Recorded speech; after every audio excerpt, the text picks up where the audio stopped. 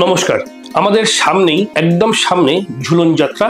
এই ঝুলন যাত্রাটার নামটা শুনলেই মনে পড়ে আমাদের চোখের সামনে একটা ছবি ভেসে ওঠে, যেটা হচ্ছে শ্রীকৃষ্ণ এবং রাধিকা দোলনায় চড়ে দোল খাচ্ছে। ঠিক এইরকম একটা ছবি, এইরকম একটা মুহূর্ত আমাদের চোখের সামনে ভেসে ওঠে। তো বাস্তবিকই তাই। এই ঝুলন যাত্রাটায় দেখবেন যেখানে যেখানে ঝুলন অনুষ্ঠান হয়, দেখবেন রাধাকৃষ্ণকে দোলনায় চড়িয়ে রাধাকৃষ্ণ দোল খাচ্ছে, সেই একটা জিনিস তৈরি করা হয় এবং সেখানে নানা রকম জিনিস দিয়ে সাজানো হয়, নানা রকম আড়ম্বর থাকে।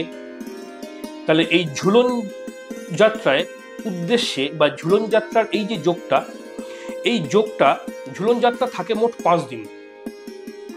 এই 5 দিনের বিশেষ কিছু কাজ আছে, যে কাজগুলো করলে আমরা প্রত্যেকেই আমাদের জীবনের নানা দিক থেকে নানা রকম শুভ ফল পেতে পারি। নানা দিক থেকে নানা রকম শুভ ফল পাওয়ার জন্যই তো নানা রকম শাস্ত্রীয় আচার অনুষ্ঠান।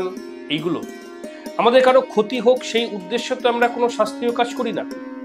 যে কাজগুলো লৌকিক বিশ্বাস অনুসারে, সামাজিক বিশ্বাস অনুসারে, শাস্ত্রীয় মতে করা হয়, সেগুলো সবই কিন্তু আমাদের নিজেদের, আমাদের পরিবারের, আমাদের সবকিছুর ভালোর জন্য, খারাপের জন্য নয়। তাহলে ঝুলন যাত্রায় একটা বিশেষ ক্রিয়া, আমি বেশ কয়েকটা ক্রিয়া বলবো। একটা বিশেষ ক্রিয়া হচ্ছে, যেখানে দেখবেন ঝুলন অনুষ্ঠানটা হচ্ছে, দেখবেন বাচ্চারা তাদের বাড়িতে, বারান্দায়, ঘরে ঝুলনের অনুষ্ঠান করে। একটা পাহাড় মতো করে, কিছু পুতুল সাজায়, গরু থাকে, ওখানে রাধাকৃষ্ণের মূর্তি থাকে বা ছবি থাকে, এরকম জিনিসটা কিন্তু থাকে। তাহলে এই রকম কোনো জায়গায় বা কোনো ধর্মীয় স্থানে, সব জায়গায় ধর্মীয় স্থান আপনি হাতের কাছে পাবেন না, কিন্তু আপনার পাড়াতে দেখবেন অনেক বাচ্চা ঝুলন করেছে।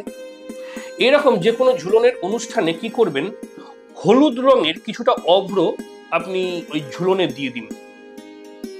আপনি নিজে হাতে সেই বাচ্চাটাকে দিন, যে বাচ্চাটা ঝুলন অনুষ্ঠানটা তৈরি করেছে, সে ছিটিয়ে দেবে এবং রাধাকৃষ্ণের পায়ের সামনে কিছুটা দেবে। আপনার এবং আপনার পরিবারের ভালো হবে, যে বাচ্চাটার হাতে দিয়েছেন সেও খুশি হবে। এই ঝুলন যাত্রায় একটা বিশেষ একটা কাজ হচ্ছে, শ্রীকৃষ্ণর উদ্দেশ্যে আপনি হলুদ রঙের বস্ত্র দান করুন, বা আপনার বাড়িতে যদি ঝুলন অনুষ্ঠান হয় তাহলে পরে শ্রীকৃষ্ণকে হলুদ রঙের বস্ত্র পরান। মানা হয় এই ঝুলন যাত্রার এই উৎসবে শ্রীকৃষ্ণকে যদি হলুদ রঙের বস্ত্র দান করা হয় বা পরানো হয়, তাহলে শ্রীকৃষ্ণের আশীর্বাদ লাভ করা যায়।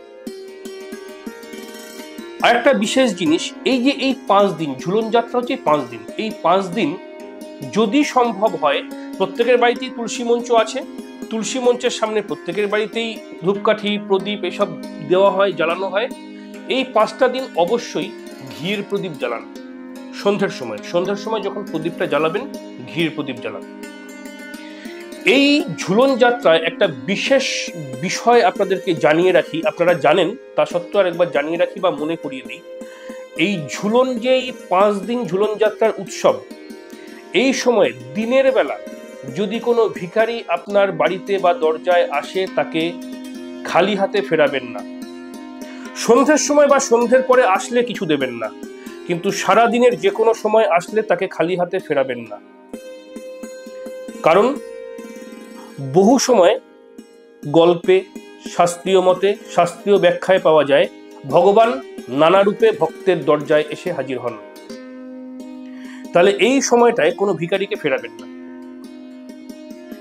এই সময়টায় এই যে 5টা দিন, এই 5টা দিনের মধ্যে যদি অন্তত একদিনও সম্ভব হয়, আপনি আপনার বাড়িতে গীতা পাঠ করুন।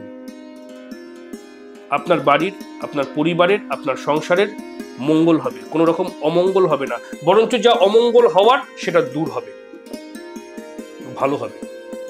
এই কাজগুলো করুন, মানুন, ভালো ফল পাবেন। আজকে এই পর্যন্তই। প্রত্যেকে ভালো থাকবেন। নমস্কার।